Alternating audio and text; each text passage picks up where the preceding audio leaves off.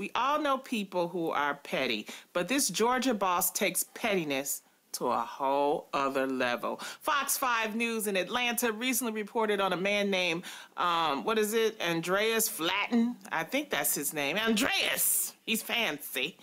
His boss decided to pay him his final paycheck in pennies instead of a check.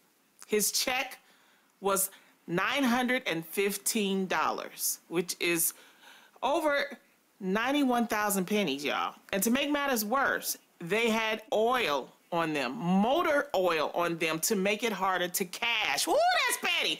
Luckily, Coinstar saw Andrea's story and offered to pick up the cash for and cash it in for him, and they rounded it up to $1,000. So, ladies, what are your thoughts on this? Is ever a time that you were the princess of petty?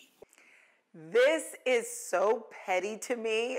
I don't even know. Is it even legal? Can you pay somebody with greasy pennies?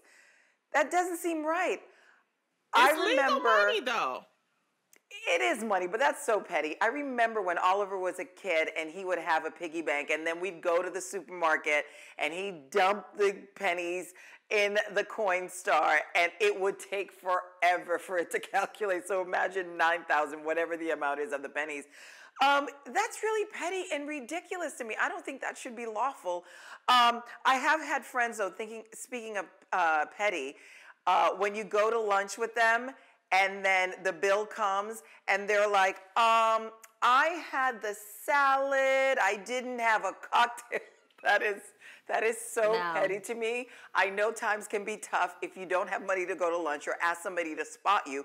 But after a few cocktails, I don't want to be doing math and carrying over the two to figure it out for you. I'm not doing that.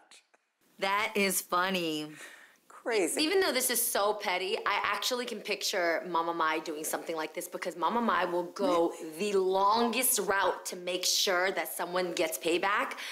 The craziest story we have is one time when she went to this antique store and she saw this sewing machine and she was like, oh, that looked nice. It was a purple sewing machine, but she didn't really want it. She just kept going. Somebody else walked in the store and took it down from the shelf and started looking at it. She ran over to them and she said, not mine, I look at it first. And she wasn't. They went back and forth tugging it. To this day, you guys, 12 years later, that sewing machine is sitting, collecting this much dust on the very top of her bedroom shelf because she bought it just so this woman couldn't have it. That's how these people operate, guys, and you gotta look at it because they exist. My mother is one. They're terrible. That's hilarious. I have done that at Home Goods. Even if I'm not sure I'm gonna buy it, I put it in my cart because I don't want somebody else to take it. I am a beast. You are her. Beast. You are them. That's funny. And the nice thing about it is that the money got counted, and he is going to donate that $1,000 to 2 animal shelters. So something good came out of it.